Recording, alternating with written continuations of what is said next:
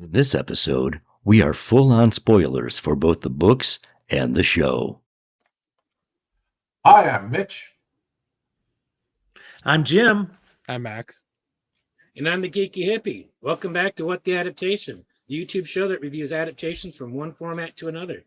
This week, we are finally finishing up Abaddon's Gate and Congregation, the last two episodes of Season 3 of The Expanse. I'm waiting to get here. I love this season. Not compared to the rest, but I love this season, and I love this book the most, though. But how's everybody doing tonight? Doing well. Yep. Good. What's everybody? Well, Max, what can you tell us about these episodes? Oh, Congregation was directed by Jennifer Fang, as well as written by Ty Frank and Daniel Abraham and Mark Fergus. One of the few episodes this season, I believe, actually written by those two, or three, I should say. The Abaddon's Gate episode was directed by I have Simon Sellen Jones, and returning to write was Naren Shankar. He's known for CSI and Star Trek TNG. Yeah, and the showrunner of this show. Yep. And stuff happens in this episode. Lots of stuff. Yeah. Well, I mean, that brings us. What do you got? An elevator happens. Yeah. I'm sure we'll talk about that a lot tonight. Yes. I mean, Jen is just crushed. Oh, sheesh. Laying it on thick. He's laying it on. Yeah. Yeah, Jen would be crushed. I think Beth would be pretty upset about it too, because she likes Diogo. The Diogo Somebody lovers has out there. to. Yeah. So what do you guys think of this episode? I think this pair of episodes. I think it's a pretty good wrap up for a season. So we don't have to repeat that over and over again. Can we just officially say we're calling it the episode, even though it's 12 and 13? That works. It's the episode. That works. All right. I loved it. It was a great finish to the season. I don't think they could have done it much better. It's lots of excitement. You've got some great character moments in there. A couple little things that are amusing. I loved it. Yeah. Max? I enjoyed it. If anything, it's one of those things like if it only had a bigger budget. Because like reading the book, it's like it just felt very tiny teams going on. It didn't feel as nearly as organized or as many people involved as there should have been.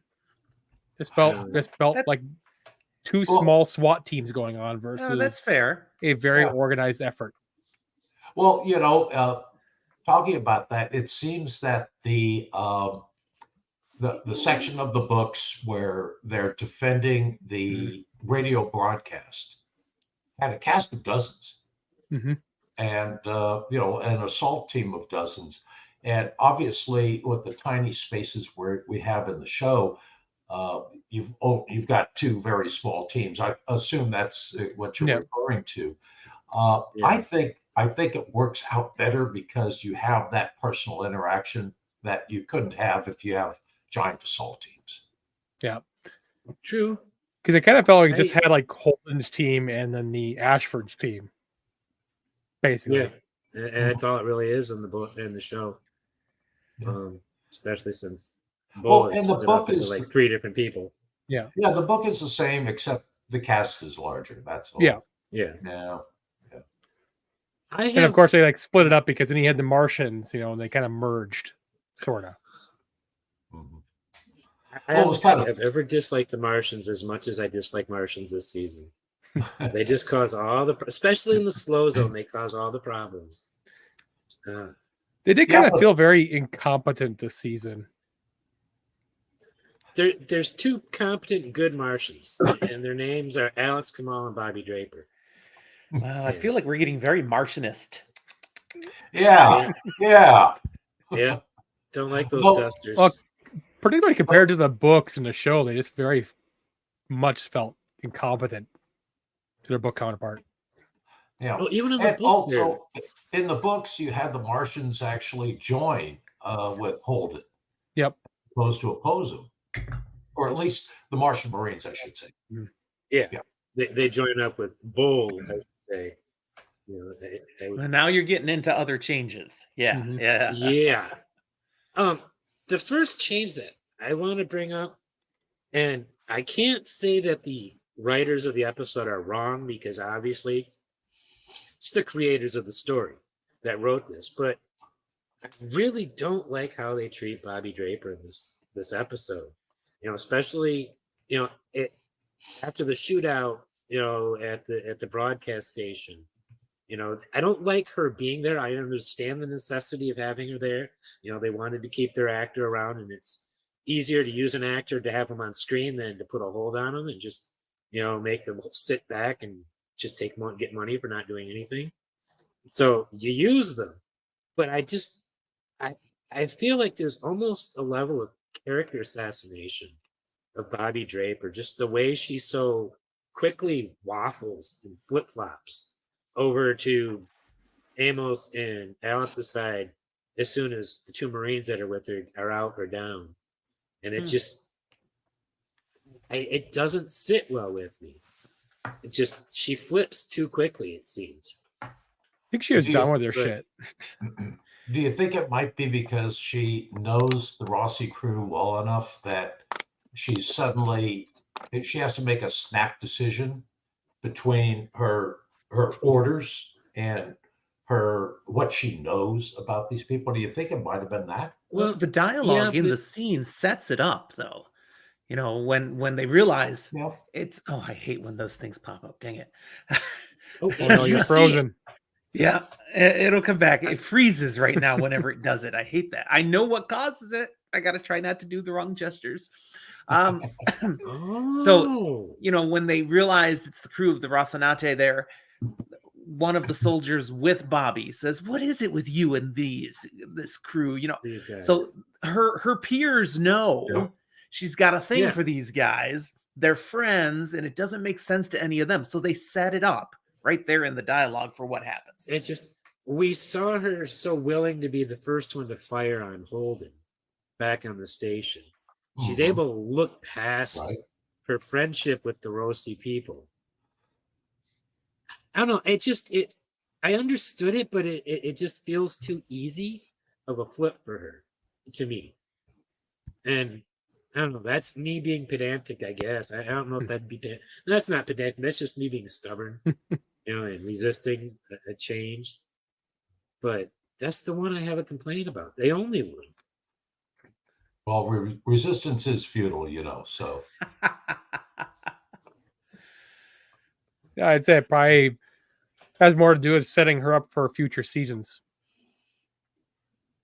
Mhm. Yeah.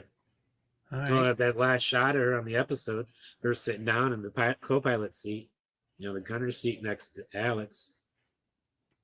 Yeah, So- and with some minor spoilers, in the beginning of the next season, she's been drummed out of the Corps, and Yeah. this might have been the reason. Probably is. Probably is. So are we talking just any changes that we liked or didn't like? Is that what we're up to? Yeah. Because I got a big We one. kind of just jumped in. Go for it. And it's the single biggest one that I don't like. And I have to give it just a back history. Overall, I wasn't a fan of what they did rewriting Drummer and Ashford's characters to make them into something different. I understand why they did it, and it's grown on me, and it works. But I miss Bull. I miss that character, the way he was. And here in this, basic final conclusion, I miss his sacrifice. And the scene that they play with us, that Drummer is going to do that in the elevator, and then they do something totally different, which was, they set us up and then they do something different. It's fine, but it lacks the gravitas of what the book had. And so I miss that. Yeah. Now, just a quick question: if you had read this book before having seen this, with the understanding that Drummer is basically the character replacing Bull, how surprised would you have been at what they did do in the show? You're saying if I hadn't read the book, is that what you're saying? No, if you had read the book, you knew what happened to Bull. Right. And Read with the the book understanding first. that Drummer is representing that character and what happened in the elevator. See, you're describing the context that is true. I had read the book. And, then you watch this. I'm like, they're not going to. No, I wasn't surprised. Oh, okay. They set I'm us up curious. to make it think they're going to do that with it. But they created this character to be so much more now. You could tell that already. It would have been, too. Yeah. I figured there would be some Deus Ex Machina to happen.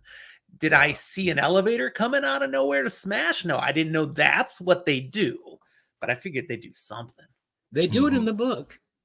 They do use an elevator in the book, and they even say that whoever was in that, the armor's fine, but whoever was in the armor is probably red paste by now. The speed that was going. But they didn't use really... it as a way that saves Bull. Right. Right. Yeah. I didn't know how much this story needed Bull until I read the book, because I'd seen the show first. Didn't know Bull existed until season 5, after he's dead in the books. Yeah. Go figure. And in the book, he's a good character on the show. We knew when he got into that skeleton, that metal skeleton, it was probably going to kill him. But he was doing it for the needs of the ship, the needs of his people. So he put it on me anyway. It was a sacrifice right there. Yeah. Drummer is never facing that. This hurts. It's not comfortable, but there's never the sense this might kill you. We don't really get that. So it's a change. Now, one thing about the Bull character, and you guys love him. I always thought in the books he was so two-dimensional. I was never a big Bull fan. He just never really did anything for me. Some of the side characters, like Sam, loved Sam. And we'll probably get into her, but it's Bull just never really did that much for me. I do wish we had Sam. I've got the perfect casting for Sam today. It's who saw the D&D Dungeons and Dragons movie a year or two ago? The woman the girl who played the tiefling druid, the redhead. She's already looks just like Sam's described in the book. Oh. Yeah, I do really wish we had a Bull, on season 3. It would have been nice, because he's the biggest hero of the season, in my opinion. Yeah.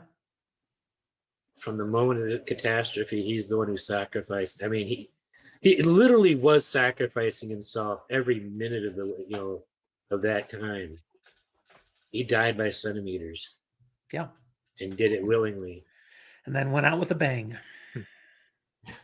Yep. Sorry. Yeah. All right. Anybody else have another change that they liked or didn't like? Well, we can get into the entire coup, counter coup, counter coup, if you want. But within all of that, one thing that's missing in the show that is prevalent in the latter part of the books is how far Cortez had gotten sucked into Ashford's way of thinking. Yeah. And in fact, they kind of fed each other. I thought that was very interesting. Yeah, and on the show, Cortez is the priest who chickened out 3 episodes ago and wouldn't even enter the slow zone. Yeah. So, actually, I think that's him and another priest, minister character merged together. I can't remember the other one. Yeah, I was going to say, was there even a Cortez? Hector Cortez, yeah. That's a whole element to the story they really sideline. There was they the kind of decide that there's only so many things we can focus on, and that one isn't enough.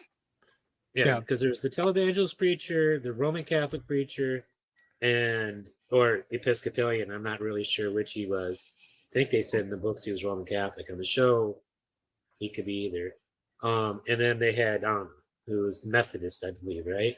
And they Wasn't all she walked into a Methodist? bar. I mean, that's how the joke goes, right? Because we really missed out on the opposing religious people in the TV show. Yeah. If anything, we had this dude, which I can't remember what his name is. Colvord. Yeah. Colvord. Who basically was like more of a that's the patsy smoking man's for son. yeah. He's more of a patsy Yeah. for Ashford. Yeah. Well, In the show. he was His idea independent. was the stupidest. His idea was really stupid, though. And I thought that the first time I watched this show and I didn't know what was going on. I'm like, are you kidding me? You want to blow a nuke in there after everything else that's happened?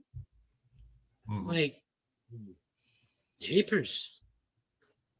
It was just, okay, there's another change I don't like. I don't like that they had Covord do, because he's not even in the books. Yeah, and there's no contemporary in the books there. Because I almost felt like his original plan was different than Ashford's. About something about sending energy beam through the ring. Yeah, they were testing to see if they could send a stronger message through. Yeah. And that didn't work. And Ashford's like, hey, let's blow up the fucking ring. Yeah, then later when Ashford realizes Holden's right, but he doesn't want to admit Holden's right enough to actually go through with Holden's idea, but it's a lot of that in the book was, the minister that came to talk to Anna a couple of times and the one who talked to Clarissa, whichever one that was. I think that's Cortez. It is. I could be wrong. He's the one that had her convert to Ashford's cause. Yeah, I think he was just as much of the problem in the book as Ashford was. Yeah, and he actually in the book plays a huge part too, because here's another change that we've got. It's his conversation with Anna when she's at the broadcast booth, and he's in that small side room, I guess the captain's room or whatever, security station. With Melba, and she is talking to him, and they're arguing about this whole big thing. And Melba's listening in, and she is hearing all of Anna's arguments. Now, in the show, she's hearing these arguments when she overhears in the jail Holden talking to Naomi. Naomi, and those two actions are equatable in that is what prompts her to start to rethink a bit. Yeah. I have a picture of that scene, sorta. It makes her, because she's starting to realize maybe Holden's not as, narcissistic, much of a narcissistic asshole as she had previously thought. That he's not doing this for his own self-aggrandizement, but he's actually sacrificing himself. Well, it's easier for her to think that way now that she has to play with her own junk. Yeah. Oh yeah, here it is. She was in jail here when she saw Holden come in. Yeah, and that's what he was talking about Naomi. I'm Jim. What are you in for? Yeah, it's just like that's too funny. That's one of the great lines. My favorite. Well, I will get to my favorite line of the episode. It's a side character had a great line. But where are we at, Max? Did we have any more changes? Mitch? Let me check. I wanted to reflect on Anna a little bit. Her interactions with Melba between the book and the show, it seems that she shows a lot more derision towards Melba later in their conversations. In the show, than we had in the book. Did you guys pick up on that at all? I mean, what happened here? Well, Yeah, yeah. Well, she's a here, bit I mean, angrier on the show. yeah, this is just a quick reaction at that point. But she goes to visit later, and she, is kind of smarmy and such, and she walks away finally while being accused of being a coward. Yet she's not being a coward, and she's in there and she's causing grief. In fact, she even gets Yeah. Melba to tears. Yeah, Yeah, she does. yeah. And so I would actually kind of lump this in with Melba's overhearing uh, Naomi and Holden as part of the beginning of her, quote, redemption, let's say. Yeah. Mhm. Starting over. Yeah. Yeah. You can see the brain is spinning. For the first time in a long time. Yep. So that's something I'll just throw in. There are some nuanced differences to Clarissa Mao's character on display throughout the season and highlighted here that I like. Okay, that's a change from the books, and I think it's better in the show. I agree. I really do like what they've done with her. They you feel I'd it say, just as strongly in her change in the book. Go ahead, Max. I was gonna say your thing about Bobby, your criticism about what they did to Bobby's character. That kind of feels how she felt in the book. Constantly flip-flopping sides. And they made it more nuanced within the show. You mean you're talking about Clarissa? Bobby. What you're saying, what they did in the Bobby on the show. How she just kind of like flipped sides, what you were saying earlier about her flipping sides. Yeah. Well, they did the opposite with Mao or Clarissa. They made her more nuanced. Because in the book, she was like really... in the book, Clarissa was more like Bobby in the show. She just kind of went with the flow. She flip flopped. For a while, yeah. Mm-hmm. Just like you were saying, what Bobby was doing in the show. But in the show, they're making Clarissa more nuanced. Without the ability to go into Melba / I'm gonna say Claire's brain, into her thought processes.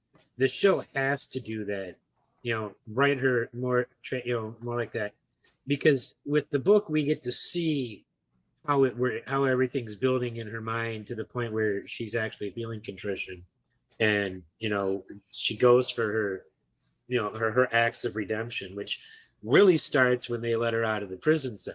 When she agrees to go on that. That's the beginning of her, because she realized, the whole point in the book was we're going to die, and we're just going to make sure that we all die. So yeah, I think you had to do it a bit more, but I don't know. Because like in the book, she just seemed like she was very easily convinced by others to join causes. I mean, she was convinced by Cortez and then Ashford and then back by Anna again. Well, with Ashford and Cortez, she wanted the redemption that she thought Cortez was offering her. Yep. And that's what she, even despite her saying she doesn't want it, that at this point, once she failed at everything, that's kind of become her driving purpose, I think, is to get. But they all saw her as easily manipulated. They saw the thing that she wanted to be that redemption. They all played on that weakness. Well, you have to think too that at this point she's partially broken. She's failed in what it is she's tried to do, and there's nothing more she can try to do about it, and except go through the redemption arc that she has. And I think there's enough substance behind what she experienced both in the books and in the show for that redemption arc to do what it is that she did. Basically, plant Ashford's face in the table. It's one redemption arc that I like. One of the ones I like the most of all the ones that I've read in recent memory. And redemption arcs is actually one of the biggest things that the Expanse has going for it. Like Yes, every it does. book has multiple, themes of redemption going on through the entire saga. It's like you can't get away from it. Mm-hmm. Yep. Yeah. In the books, for example, it's Melba that opens the door that allows Holden et al. To get out of the elevator shaft and into the control tower. Mm-hmm. So, that's her first action towards this redemption. Yep. The main reason I brought it up is like Cortez and Ashford were always doing this to, manipulate her and use her. Anna's trying to redeem her because she wanted to redeem her straight from the beginning. She wasn't trying to use her.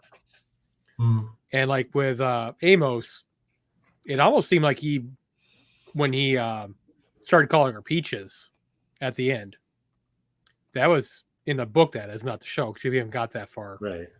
Mm. That seemed more out of like friendship and rather than trying to use her. Yeah. You're part of the family once you can have a nickname, a pet name. Yeah. Right. And So I you're talking love about the redemption. fact, Yeah. You know, And I just gotta say, the crew that they've got on the show going back at the end of this season, that's just the crew I'd want to fly with on the roster. Your regular crew plus Bobby, and I believe Anna was on there, and just to hang out with her and chat with her would be great. Yeah, Peaches is on there too, but Claire is a little cuckoo, but yeah. Well, Yeah, it's it's Anna's part the of her wet blanket, problem. though. You're gonna have fun, and she's gonna be the one saying, "Come on, guys, let's get serious No. now." So let her off No, at the first stop. I'd get her to loosen up. I'd get her she'd learn how to chillax. the question is, would you play that song Peaches, not the one from the new movie, the other one, Peaches All Around the World, No. and stare her in the eye? No. She still has those glands. Well, I don't care if she's got that thing on her arm. Or her ankle, depending on if it's the book or the show. Blockers. I hate to admit, but it took me a couple of seasons of him calling her Peaches for me to remember back that, oh, yeah, that's right. Her name was Melba. Because I always wondered where he got Peaches from. And then I remembered, okay, Melba. That's where it comes from. Gotcha. No, that's an easy one to miss. Totally. Yeah. Yeah. It's one of those you look back and go, oh, I'm an idiot. What's next, Max? Scenes. Favorite scenes or dialogue? You guys can probably guess my favorite scene. Give it to us. Bam. That's a good one.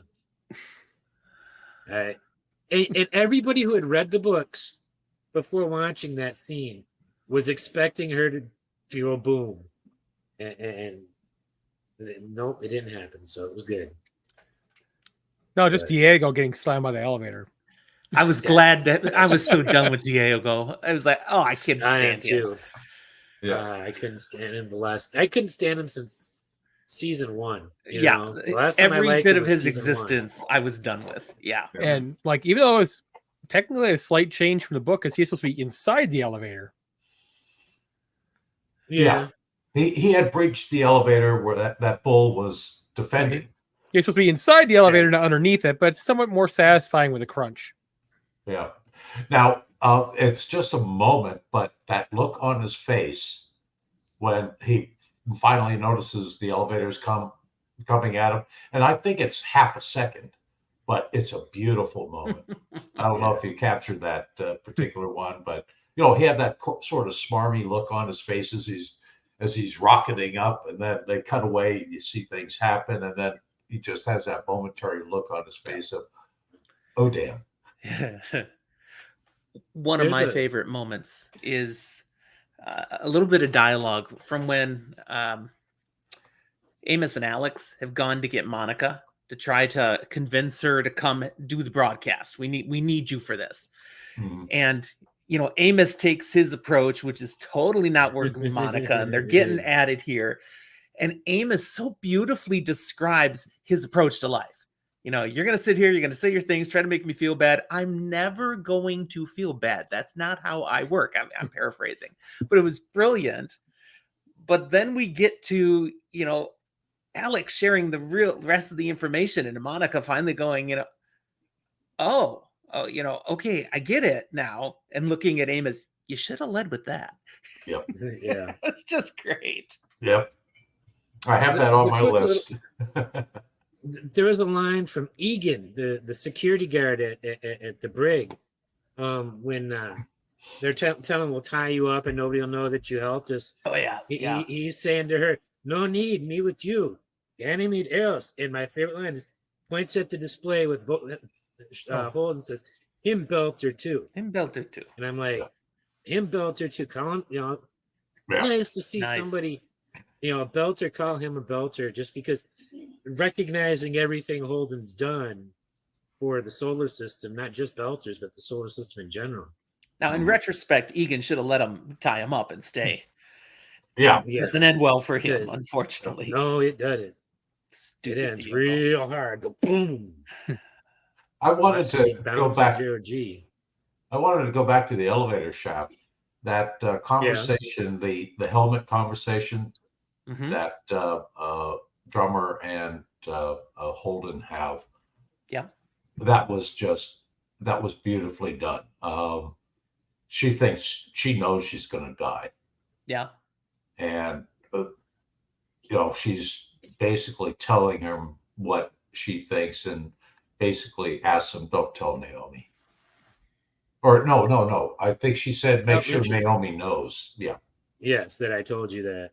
They said, I'm sorry.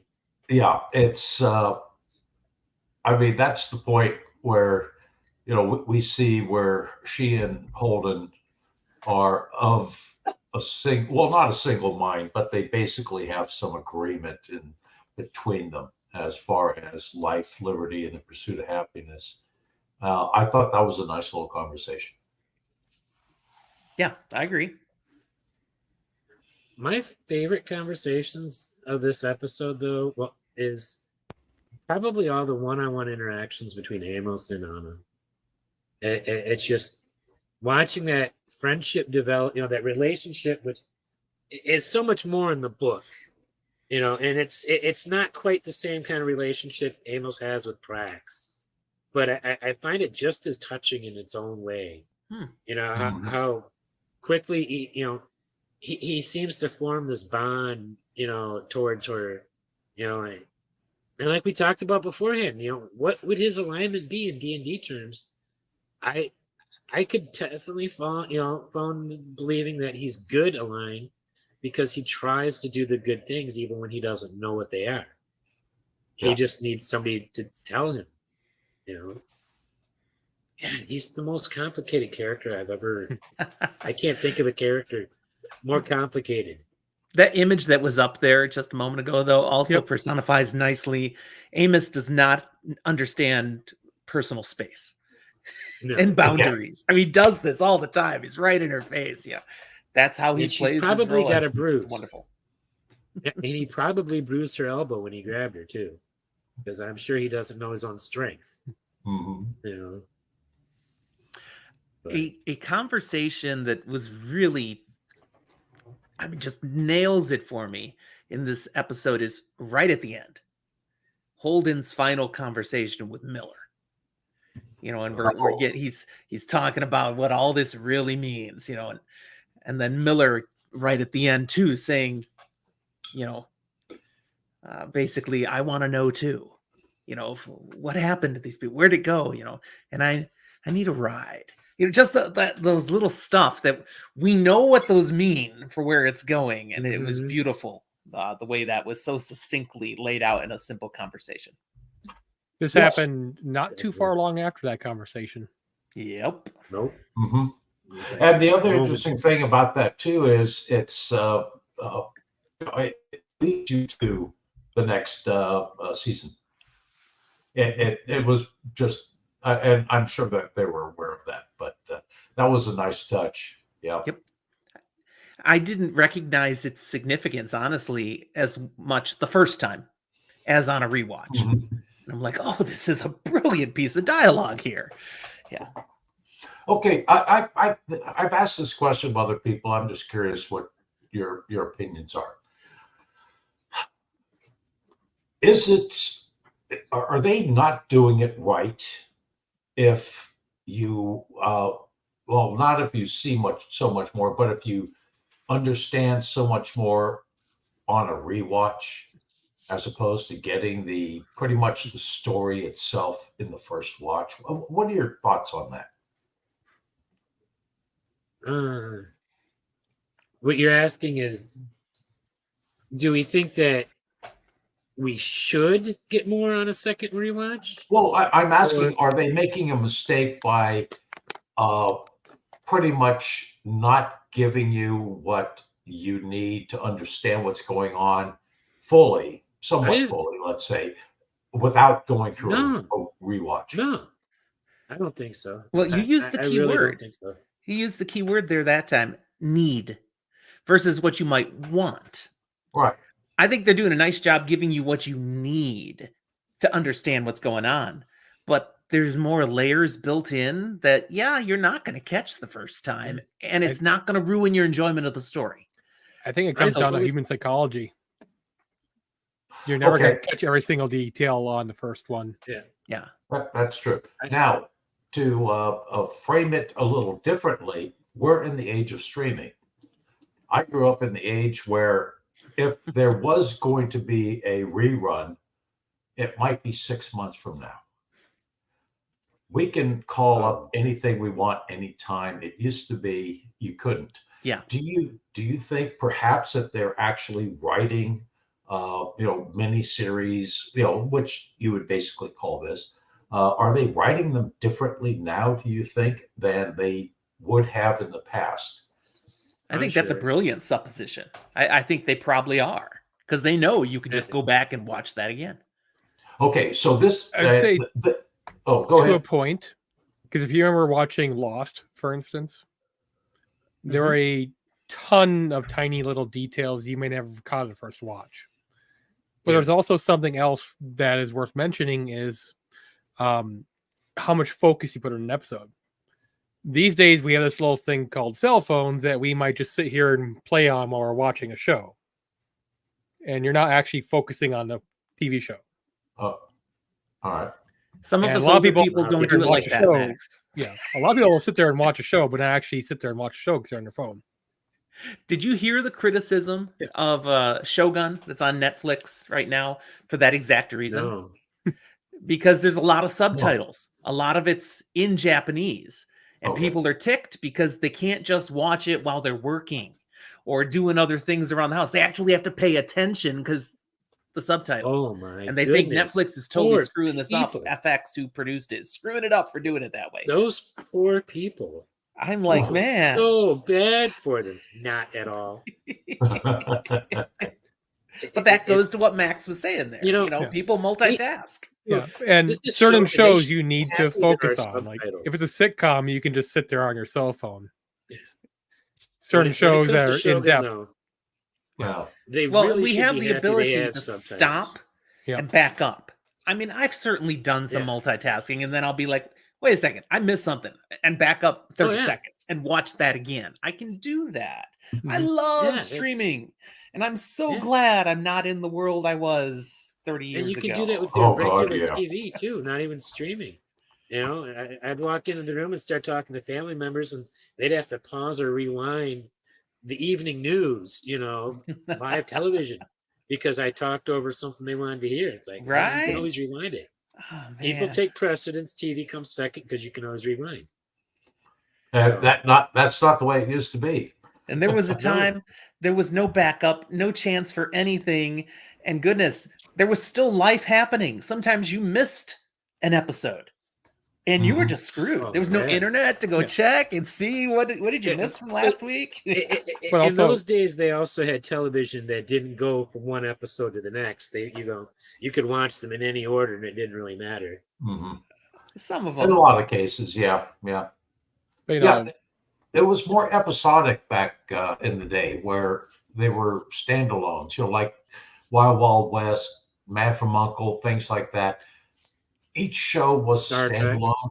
Yeah, Star Trek. They're all standalones. That you don't need the previous one to feed into this one, which doesn't feed into the next, unless it's a two-parter. But it's And two-parters were always a special event. Oh yeah. So this is a fun time to be able to watch content. Oh, and it's worth mentioning. Yeah, it's worth mentioning. Like say, the book that brought us all together, Wheel of Time. How often have people reread those books? Yeah, and people are still catching countless times. People are still catching new details. Yes, and everybody processes. Well, in my case, I catch details I had forgotten. So and people process information differently. I will catch things the first time that some people didn't catch until their 30th reread. Because I just process information differently than other people. But there's things I didn't catch that that event even happened. I completely missed that. Yeah. Because there's always a lot of that, it seems. Yeah. Because we process information differently. Some things I just don't focus on, but that's something you focus on. Like, I don't care about what clothes they're wearing, but apparently it's something else someone else does. And apparently maybe the clothes they're wearing is pertinent to the information. Like, oh, they didn't change their clothes, so maybe they were up to no good the night before. I don't know. Yeah. Or if you're Matt Hatch, you got to keep an eye on the boots. Exactly. The boots. Shout out to Matt. There you go. I have one more fave scene, and actually I had alluded to an amusing thing earlier. It's Drummer and Naomi when Holden is trying to get Miller to talk to him. And he's in that one room, and Drummer and Naomi are outside watching him on the camera. And Drummer says, "I don't know what you see in him." Well, he seems clearly off his gourd at that point as she's watching. Yeah, that's cute. That's cute. Would that be here? No, it's he's in that room. It's that he's in the brig. Immediately after he looks up in the camera and says, "I know what we have to do." They're in like a security room. Yeah. Watching on a monitor. Now this throws me. He had already seen Naomi, yet he's back in his room. And for some reason, I don't remember the moment when he said, "I need to talk to Miller," and leaves them. So I don't seem to remember that for some reason. So here's a possible thing I was thinking about earlier. So I know that the slow zone affects speed of ships in the whole thing, only the ship itself. Because everything out there, rather, the ship itself from being sucked in around the sphere, right? But the maximum speed in the slow zone is still the maximum speed. So why do guns still work right now? Because I thought the gun speed was still set to like 32 meters per second. Yeah, and actually, Colvord had mentioned something once. I think this is before the second slow zone, or the second speed was established. But I think he said, or actually maybe afterwards, I think he said, "I believe that inside of a ship, something could go faster than." Okay. Yeah. Was that both in the books and the show, or just the show? I believe that's in the books. Okay. You're inside your own thing, which is why when the ship stops, the people slam into things because it didn't affect their maximum speed at all. That's the problem. Oh, yep. There you go. Okay. That's what happened to me. I remember, it was like, it felt like that was a plot hole, but I couldn't remember. Like, okay. I'm sitting there like, wait a minute, why the hell are the bolts going faster? Yeah. Well, no, that's a perfect example because if everyone's momentum was to be stopped at the same time, no one Yeah. would have been injured. So it Right. was simply the ship, Okay. the outer shell. Yeah. Yeah. Okay. It's almost like, whatever entity that did the stopping was unaware there's something inside these objects that's stopping. So Okay. it's So almost like, a quick question then. Let's say you have a wall or something, a bulkhead that isn't, or that's weakened or something like that. When the ship is stopped, is it or slowing down dramatically? Oh, let's say stopped.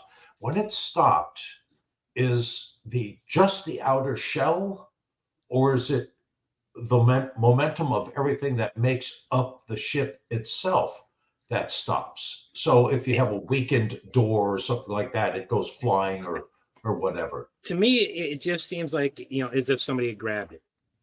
If you throw an egg at me and I catch it out of the air, I'm just stopping the outside. The egg yolk inside is still going to splash around and shake up, depending on how hard you threw it.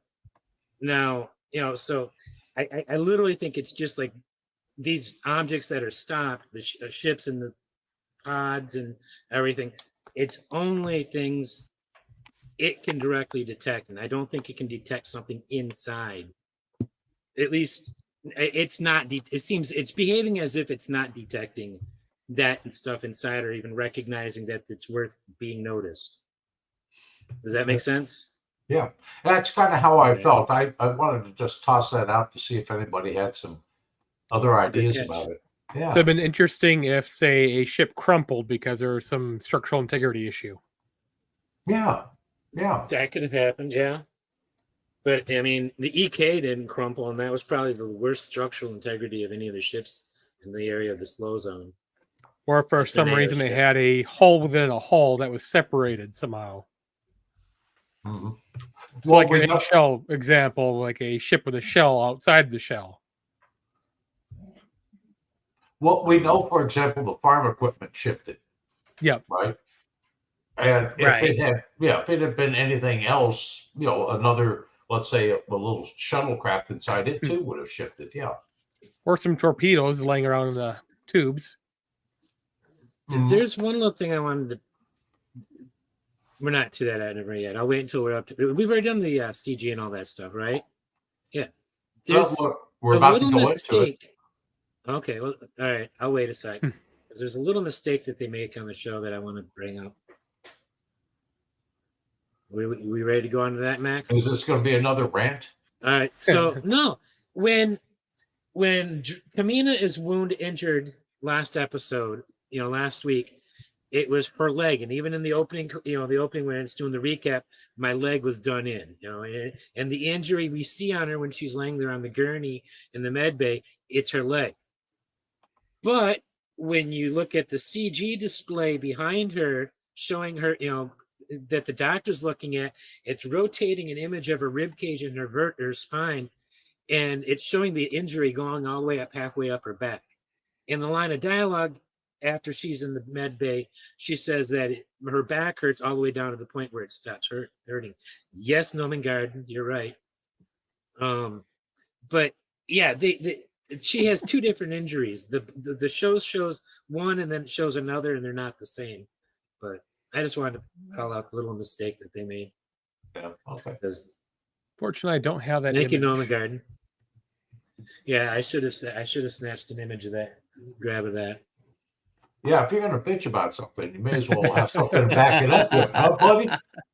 I mean, we've all seen the episode a number of times, and we should all have seen that one point it's her back, and the next point it's her leg.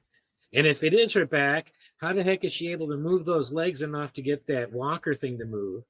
No, it's got to be one leg that's really screwed up, is what the injury seems like it must be, even though they're saying it's something else. Yeah. Yeah, if it's Yes. back injury, you would think, she'd be useless from some point further down, and that's it. Yeah, I'm being real. Back is scary. Unless it's only the left side. It could be the left side of the back, so the right side of the legs work or something like that. Who knows? Yeah. Well, it's her left leg that had the wound on it from the shot. But... All right. Anybody else on here? I'm good. For favorite scenes, I think we've covered everything. Oh. Oh no! Oh my goodness! Stop the presses. He's Stop got the one. presses. Okay. He's After the elevator falls, you get this great shot of Drummer, and she kind of looks up a little bit. You know, she's just, my God, and then she looks up and has a moment to collect herself and says something along the lines of referring to Naomi. That's why she doesn't need a gun. Yeah. A beautiful Naomi line. doesn't need a gun. Yep. Naomi's boss, man. I'm telling you. She Oh, is just, you don't mess with Naomi. All Yeah, right. Next. she is one of the great characters in sci-fi, without a doubt. This is just a slide and spin. All right. So where are we at now, Max? Best worst actor. Best worst actor. Oh, did we want to cover cinematography at all? Or Oh yeah, sorry, completely missed that one. Cinematography. Oh, okay. I didn't know if I fell asleep. I completely skipped it. No. Sorry. No, we confused Max. That's all right. It happens every once in a while. No, I scrolled down too far on my question list. Cinematography. I have a picture here. Let's see. I got this thing. I'm not sure what it is. That's the bomb going boom boom. Yeah, that was actually very good. Yeah. It's on the website. I'm like, graphics. Here, we can talk about it. Just wasn't sure where it was from. Yeah, that's the skiff when they went Gabooey. You know, the entire show is beautifully done. The special effects, the CGI is appropriate. The color schemes they use, they play to my heart. I love the look of the Expanse. It's no accident that behind me I put all the ring gates, because that scene then when they pan out and they just start popping here, all over, and the scope that's on display is so well done, and it goes along with what Holden then is going to say later of, you know, how we've got, you know, 1300 different habitable worlds now, 73. that, you know, and you're seeing the scope of how this is going to change humanity, change the role. So the image they paint on the screen matches the dialogue that comes with, and that's great cinematography. Yeah. And I love the attention to detail. If you look behind Jim, you'll see a number of those rings has 2 stars on the other side. Yep. And most stars in the Milky Way galaxy are binary pairs. Yeah. So having a bunch of binary pairs on the other side, you know, as part of the graphics, I really like. And the only problem I've had with the CG on this show is the same one that so many things that use CG screw up on, in that sense of scale. I'm not always sold on their sense of scale, you know, like how big something's supposed to be, and then comparison, you know, like when we're doing the fly around the ring station. Hey Ben, as we're doing the fly arounds around the ring station, the ring station looks too small compared to the size of the ships that are too close, and but you got to make it visually appealing. And when you go real accuracy with scale in space, you don't see anything. There's nothing there. Is this big?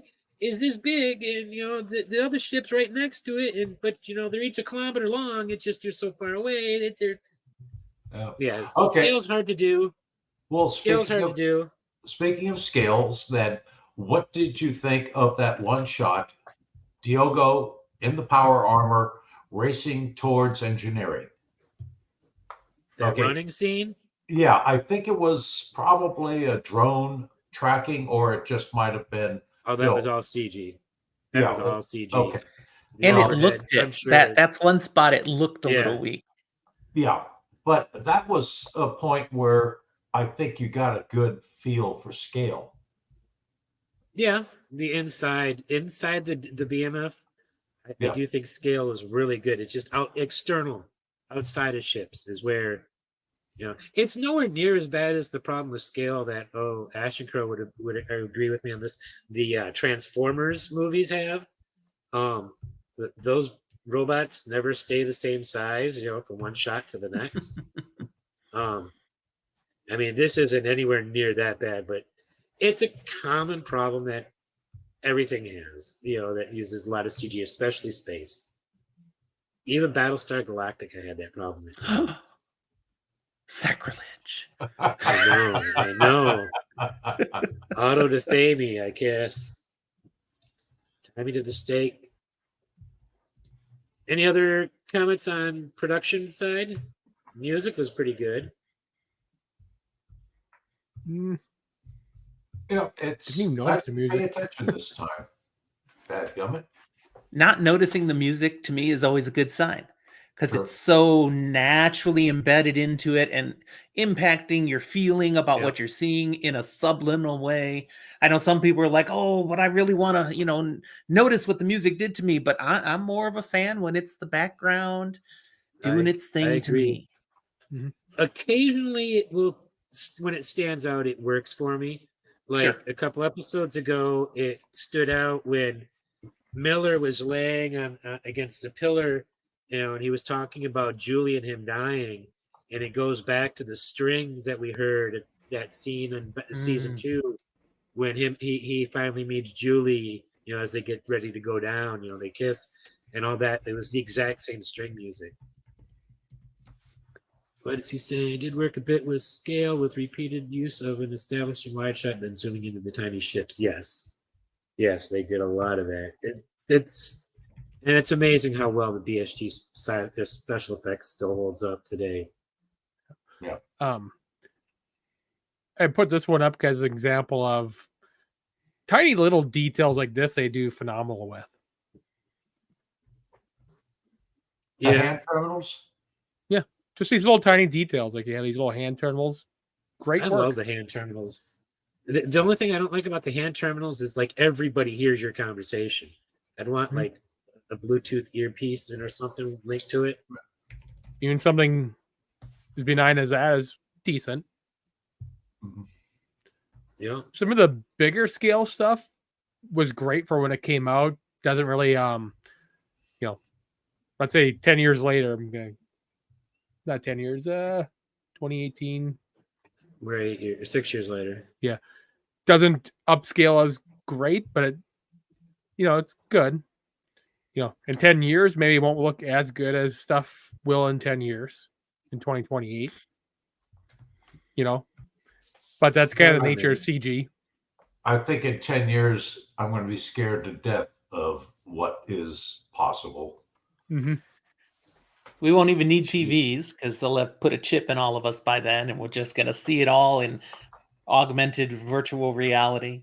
Oh, did you hear that Elon Musk's technology project for Neuralink? brain? He wants to chip us? Is that it? They just started with their, or not just started that, but they have had their first human experiment. And yeah, he said it sort of works. From what I gather, it was moderately successful. The guy he's able to play computer games with his mind. Yeah, and but they've been building chips like that at other places for about a decade now, where people can do that. I think it was over a decade ago. Somebody was playing Pong with their brain on a screen. Well, I guess he's playing Civilization 4 or 6. Well, that's an upgrade over Pong, that's for sure. Yeah. I mean, it's all just a matter of input, controller input. But yeah. But they just want another way to put ads directly in there. So. Yeah, but the primary purpose between those chips though is for people who are paraplegic and quadriplegic, to rebuild, their ability to be, to move and do stuff on their own. $6 million man. Well, that's great show back in the day. Yeah. Now it'd be about $60 billion man. Yeah. So, were there any other special effects or music or anything? Not on my Not list. for me. Because otherwise, we have best and or worst actors this episode. Well, before we start on best and worst actors, there's one actor I want to give a shout out to because this is the third actor in this season alone that the Sci-Fi Channel has borrowed from its show Killjoys. About early at first half of the season, we had Atticus Mitchell and Kelly McCormick on. They played Sinopoli and Loftus, the ensigns, the Martian ensigns. Right. Now we've got Sean Bake. I think that's how his name is pronounced. He's played Fancy on Killjoys. He's Commander Kunis, the UNN officer, that Okay. the Asian guy that was arguing with Ashford about whether or not the scientist should do his stuff. But I just think it's neat that 3 actors in one season. Yeah, this guy here, they borrowed from at the time airing show. I'm like, well, are they trying to go for some corporate synergism or synergy here? Promoting, because Killjoys was a moderately popular show sci-fi wise on their channel at the time. Okay. It was part of their big Friday night lineup. I just wanted to point that out that they did that 3 times in one season. Okay. Cool. Who wants to start with an actor? Jim, who do you got? Well, I always love on Wes Chatham, Amos, and he was brilliant in this as well. So that's the easy low hanging fruit. Love me some Amos, Mm-hmm. the whole show, and he was great in this episode. But the real one I'd want to plug, actually, can I say the real one? Because I already said him now. Sure. Okay, is Elizabeth Mitchell, Reverend Anna. She's fantastic here. I mean, I've been a fan of that actress since she was on Lost, and just following her wherever. But she delivers here, and her speaking the message in the midst of the firefight happening and everything. I mean, she delivers that very, very well. Mm-hmm. Yep. Can't remember who she was in Lost. She was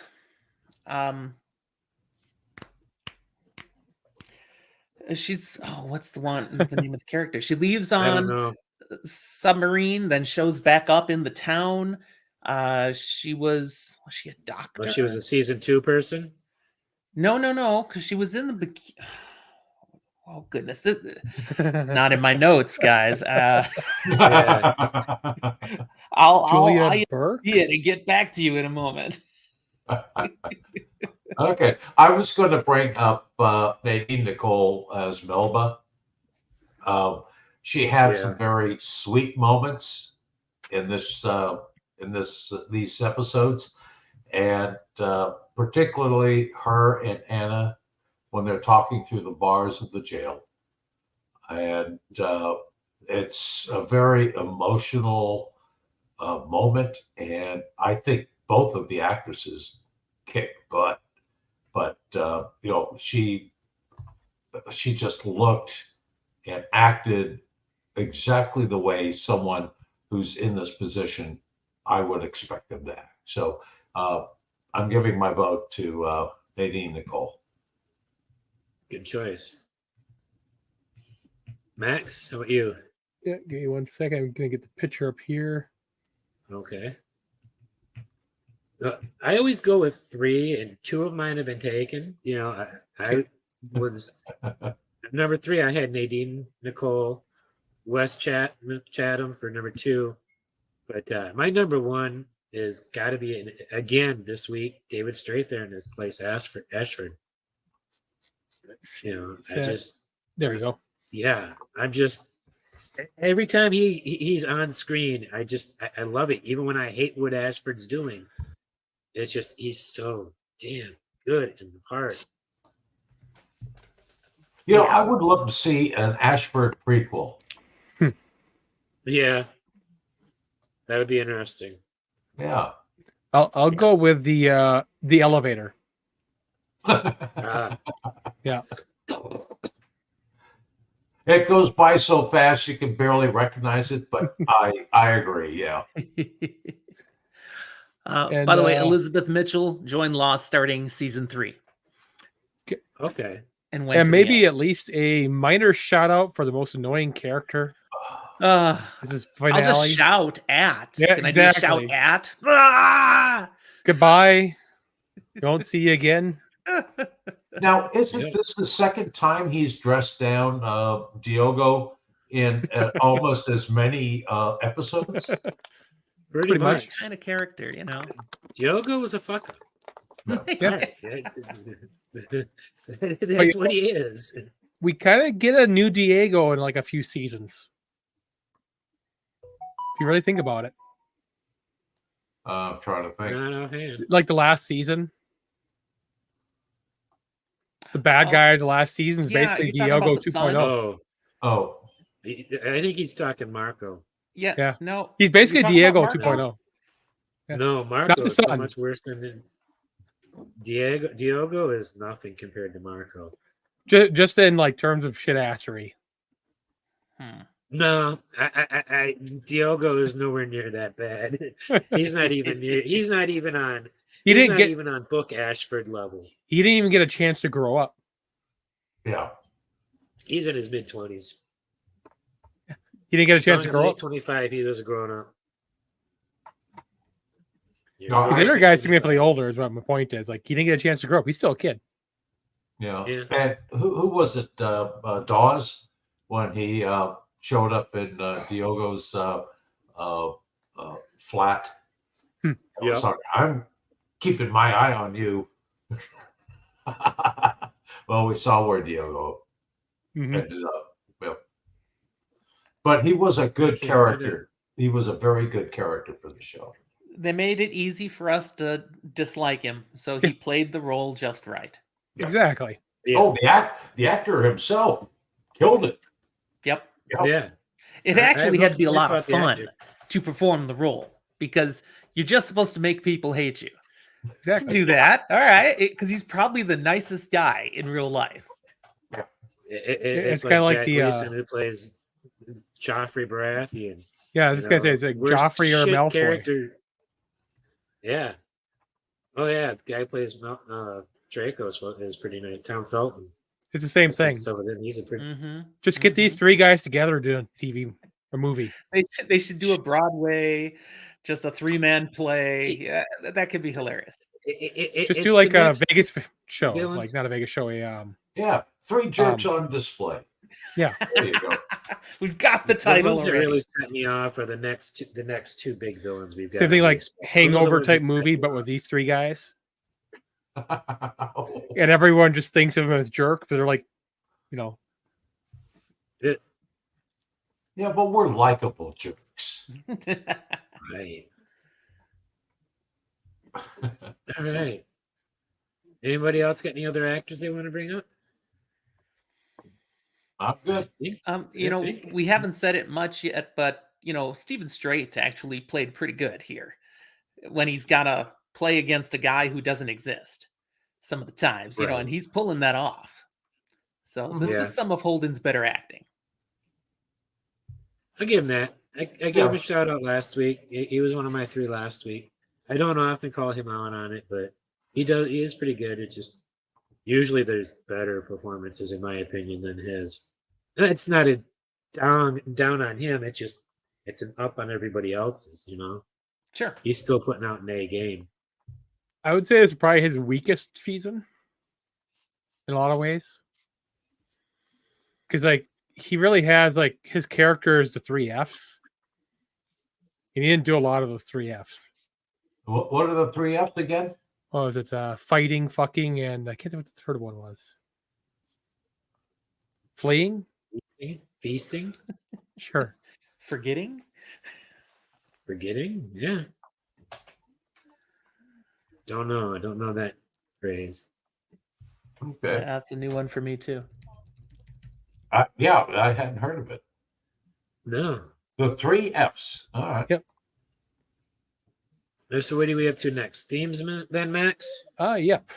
3 themes. What do you got there, Max? Oh, fighting. Now, I'm curious, do any of the themes that you guys may have, do any of them relate to the name of the first of these two episodes, which is Congregation?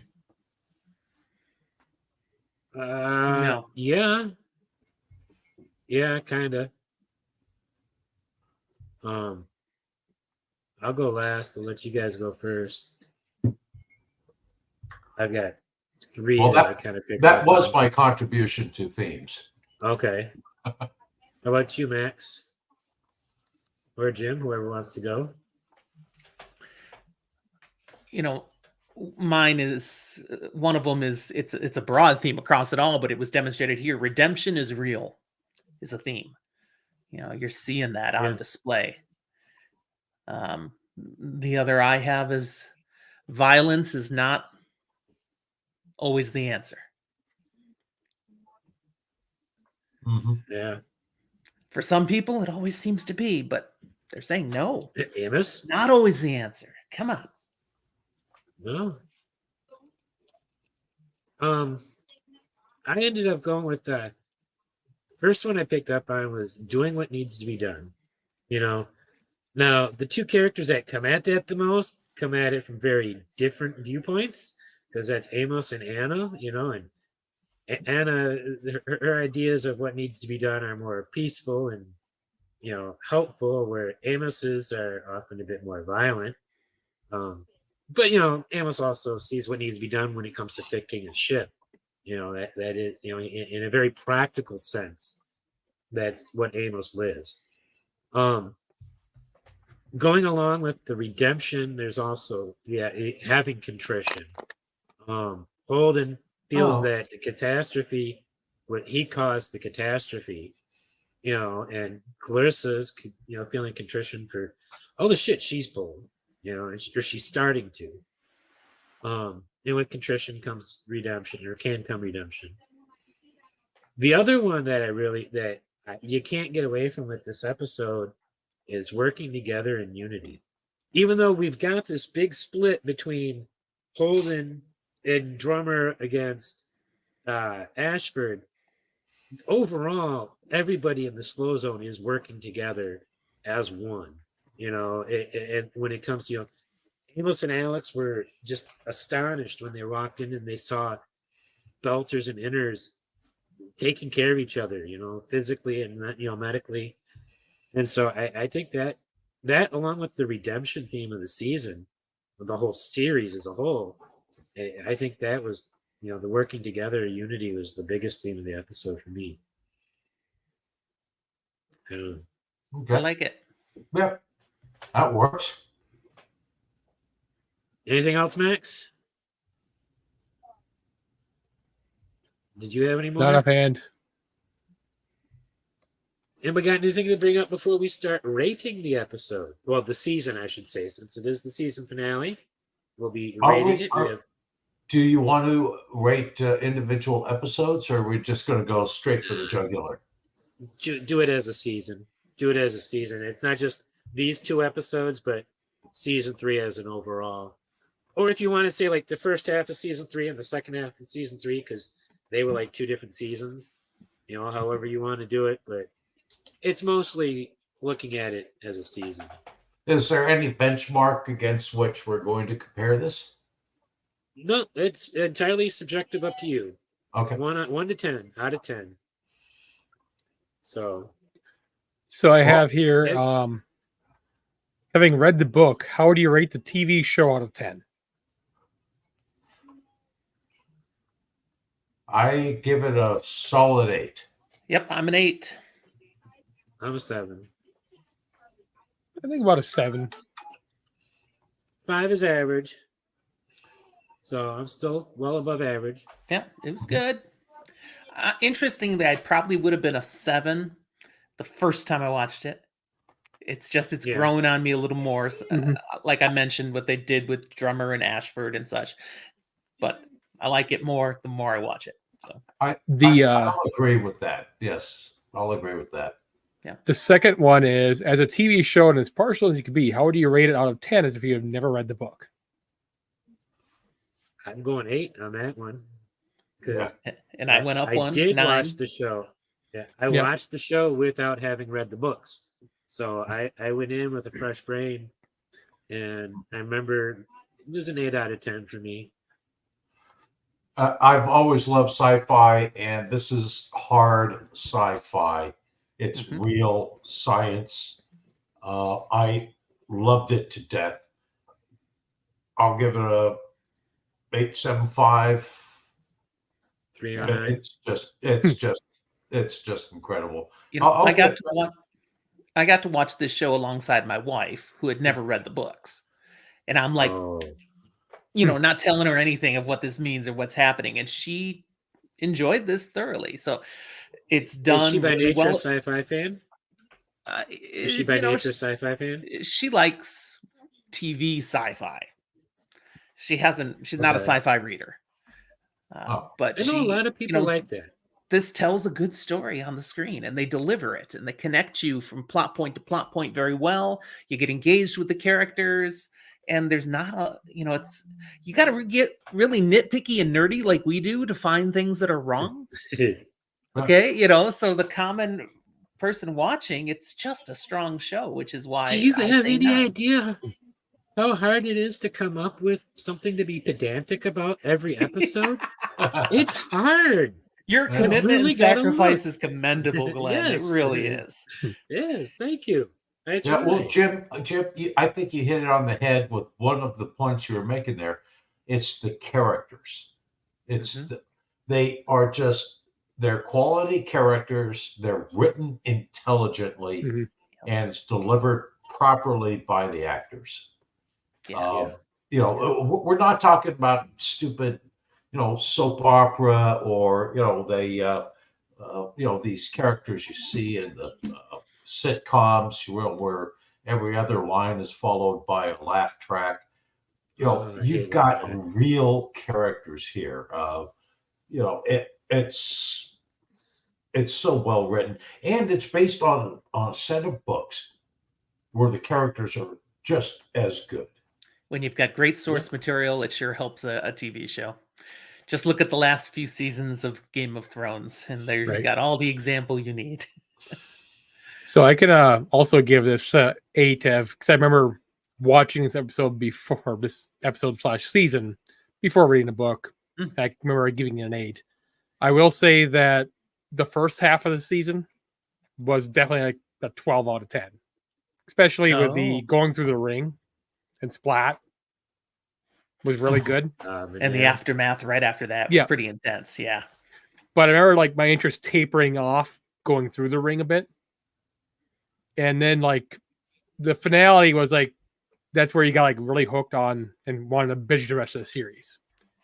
I didn't watch it when it first came out. I watched it when the whole series was already finished. Yep. Me too. So that was like binge mode. So mid-season after the ring entrance was kind of like interest tapered off a bit. And like finale mode, like it got better. So it kind of averaged out to like an 8.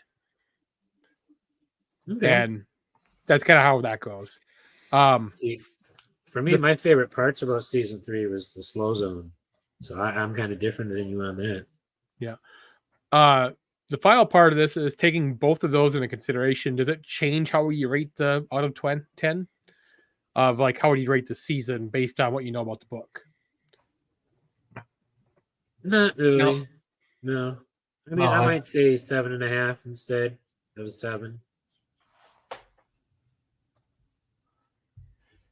Yeah, it's I'm not going to change anything. No, I am not fickle.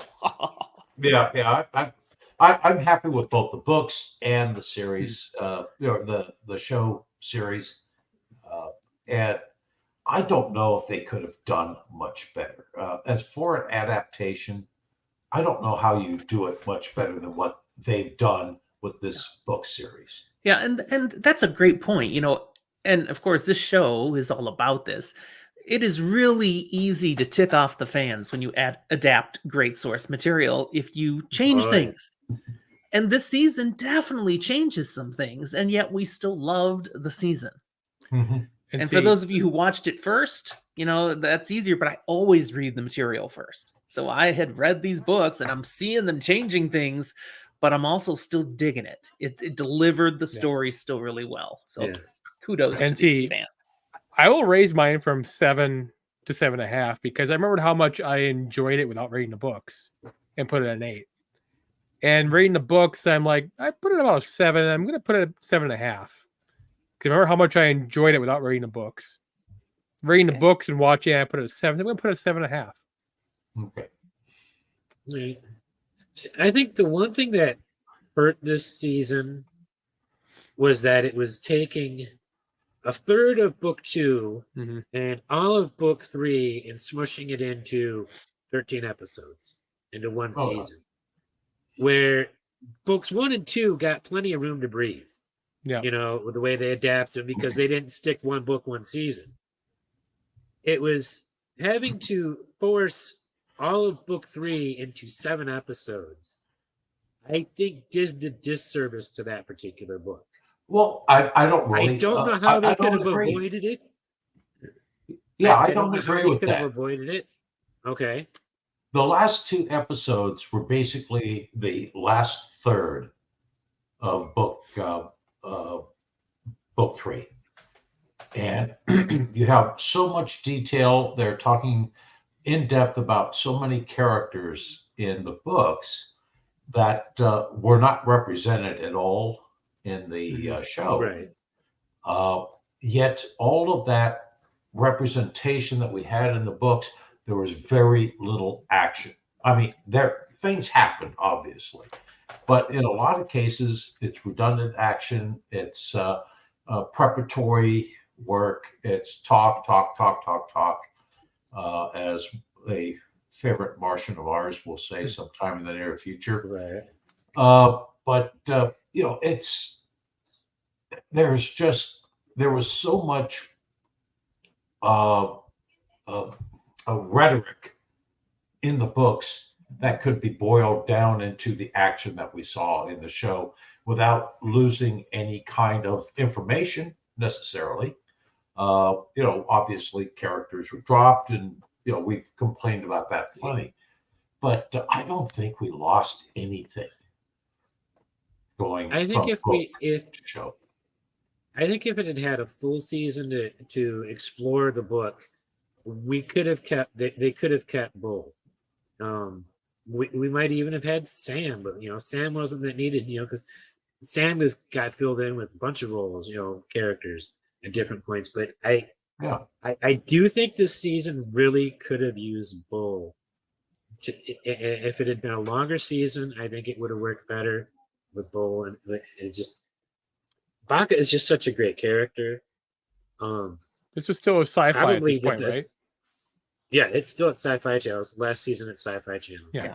So he's probably the best character in the book, in my opinion. Or my favorite character in this particular book. Over my normal favorites. I really love Bull. He's just. I'm on board. Yeah. Yeah. I brought up a bunch of concerns on this season before where it was kind of all over the place. And that really comes down to what went on with this season. They were smushing things together budget wise. And while they could have maybe have given us its own season, they didn't have the budget for it. Yeah. Well, now, do you think they overextended the use of book 2? Because book 2 basically took a season and a half. Well, it started with book 1. Book 1's the one that went a season and a half, and then book 2 did a season, but it was split between 2 seasons. Okay. Season 2 was actually book 1 still, and then book 2. But yeah, and he said this was the last season it was on Sci-Fi. Yes. Season 4 was the first season at Amazon. So knowing that, they probably rushed to get this out to give it a finale because they weren't sure if they were going to get a season 4. Yeah. Yep, because it actually was canceled for a while. Yep.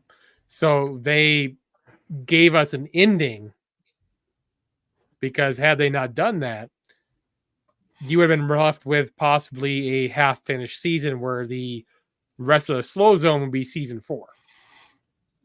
Mhm. So it's probably intentionally done the way it was done, where we could have had a 4th season of slow zone still going on, more stuff in season 3 of, the stuff going on in the slow zone, building up the tension and drama. But because they knew the writing on the wall last season, this is why they didn't do that. It all goes back to some of the added stuff in the early first season. We were always complaining. Well, we complained a lot about added drama and tension between the crew. Took up to storyline time for season 1 that could have been used with sticking closer to what was in the book, and things might have worked out better if they had tried to line things up better. But we got what we got. I'm not mad at what we got. I'm still overall happy with it. Yes, this is my second least favorite season of the show, but that still means I like it more than most TV shows seasons.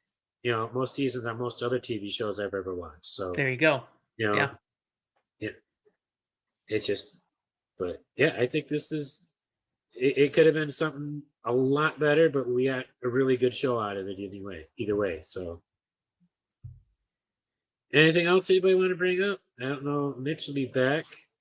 We might not be able to get him back before we sign out. You got anything coming up, Jim, that you wanted to plug? Just tell us about your channel real quick. Zach and I, and my son, Zach and I on Fantasy for the Ages continue to talk Wheel of Time content, working our way through the books. We are partway through Lord of Chaos, book 6 now, and having a great time there. But we're also diving into so many other things that we've been enjoying and reading. The Red Rising saga we've been doing content on recently. Zach has just finished book 17 of the Dresden Files, so we can finally talk about those together. And we keep sharing our thoughts and ideas out there. We are excited that we just today passed 1,000 subscribers. So woohoo! Congratulations. That's fun to, just have so many people coming and sharing the fun with us. So if you haven't checked us out yet, people, take a look at Fantasy for the Ages and see if you like what you find. It's a good channel. I like watching a lot of your stuff. And we appreciate your comments. Yeah, absolutely. Yes, Thank you. I like to throw some comments your way when it is a fun channel to catch, I will admit. Yeah. Thank you. And Jim does some good shorts. I always enjoy your shorts on YouTube. Why are you always talking about Jim's shorts? Because they're just so cute. Because I'm always wearing shorts. Yeah, see? But since you mentioned those, I did start something just a week ago, dad jokes, because I'm the father of the father-son duo. So I've been doing fantasy and sci-fi themed dad jokes. I thought dad jokes are supposed to be bad. They're grown worthy. They're all grown worthy that I'm doing. I was just thinking that. Can you give us one example? Okay, the very first one. So this one, a lot of people have seen now. Let me get it right here.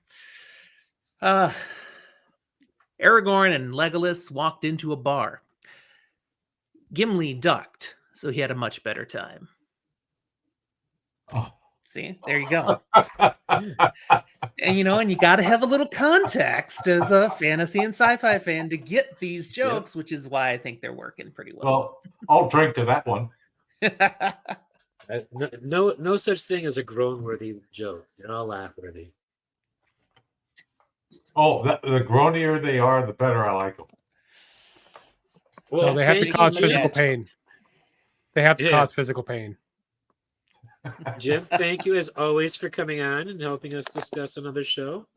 Mitch, it has been an utter delight having you on with us for the entire month, season, I should say. Thank you. I've had a lot of good time. I definitely want to try to get you back when we do season 4, maybe even before that for something else. We'll see how that goes, but you've been great having you on. Max, you're doing a great job being the man in the chair as always, so thank you for that. Yeah, why would Gimli need to duck? Yeah, good point. Noma Garden, Asher Crow, everybody else at home, thanks for watching. Please come back next week as we... No, we're not doing anything next week. We've got 2 weeks off. So now you get to April find out what 14th. 2 weeks. April 14th, we come back with Dune Part 2. We're going to have the same crew that we had for Dune Part 1. That'll be me, Bill, Jen, and Roxelane Sedai. The week after that, we will be rediscussing the 1984 Dune with Andrew, Bard of Time, and a couple other people. We're going to be looking at the Alan Smithy edition of 1984 Dune. So that's going to be fun. After that, we're going to be covering something outside of our wheelhouse. We're going to Pride and Prejudice for 7 weeks. We're going to be discussing the 1940 edition with Greer Garson and Laurence Olivier, the BBC movie, the Keira Knightley movie, and we're going to wrap it all up with Pride and Prejudice and zombies. So we're going to get some sci-fi in there for you. There you go. Thanks for watching. Come back soon, and don't forget to be awesome. Bye.